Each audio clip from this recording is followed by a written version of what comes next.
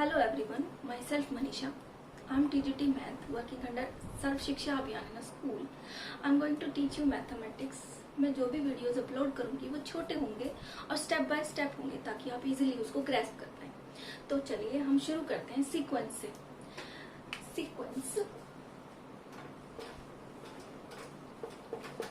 Sequence क्या है, पहले हम ये समझते हैं कि सीक्वेंस क्या है। सीक्वेंस कोई भी अरेंजमेंट ऑफ नंबर्स है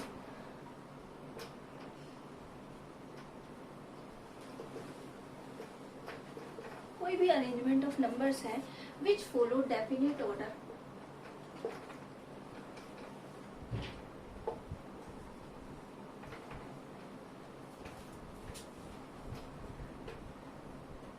In a particular same rule.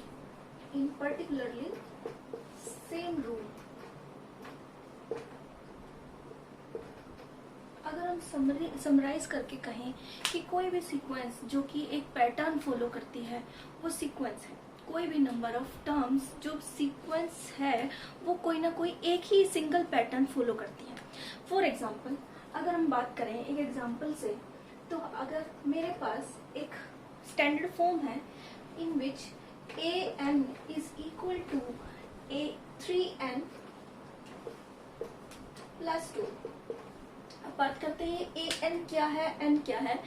an कोई भी नंबर है उस सीरीज का, आइदर वो फर्स्ट टर्म होगी, सेकेंड टर्म होगी, थर्ड टर्म होगी, तो हम उसको a1 a2 a3 से बात करेंगे।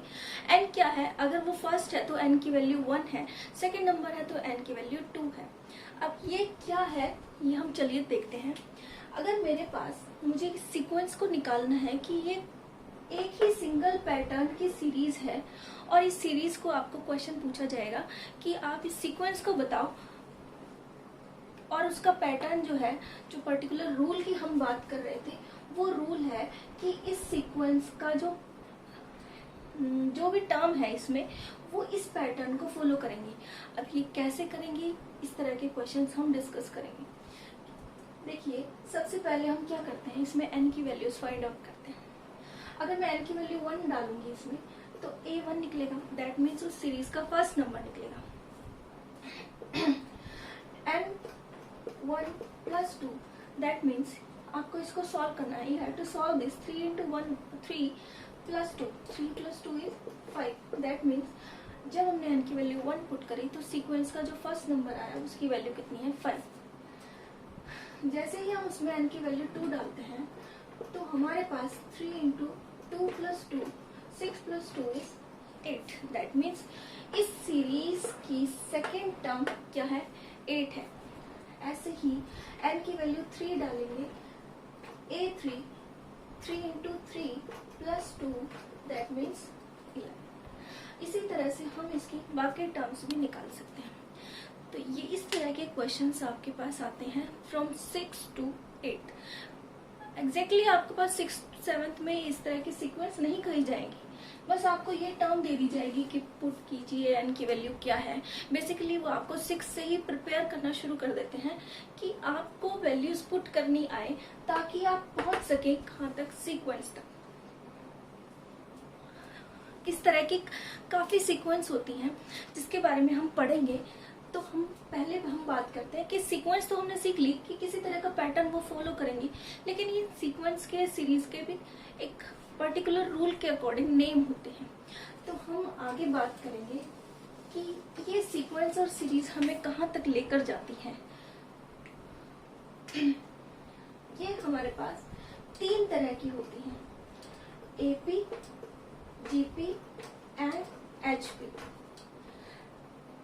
सीक्वेंस हम पढ़ेंगे जो वो एपी, जीपी और एचपी की होगी।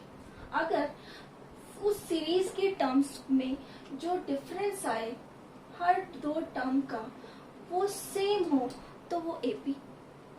अगर उस सीरीज की सारी टर्म्स किसी एक मल्टीपल से डिफर करती हूँ, फॉर एग्जाम्पल अगर मैं इसकी फर्स्ट टर्म कहूँ a और सेकेंड कहूँ AR, दैट मीन्स मैंने एक नंबर से उसको मल्टीप्लाई किया है।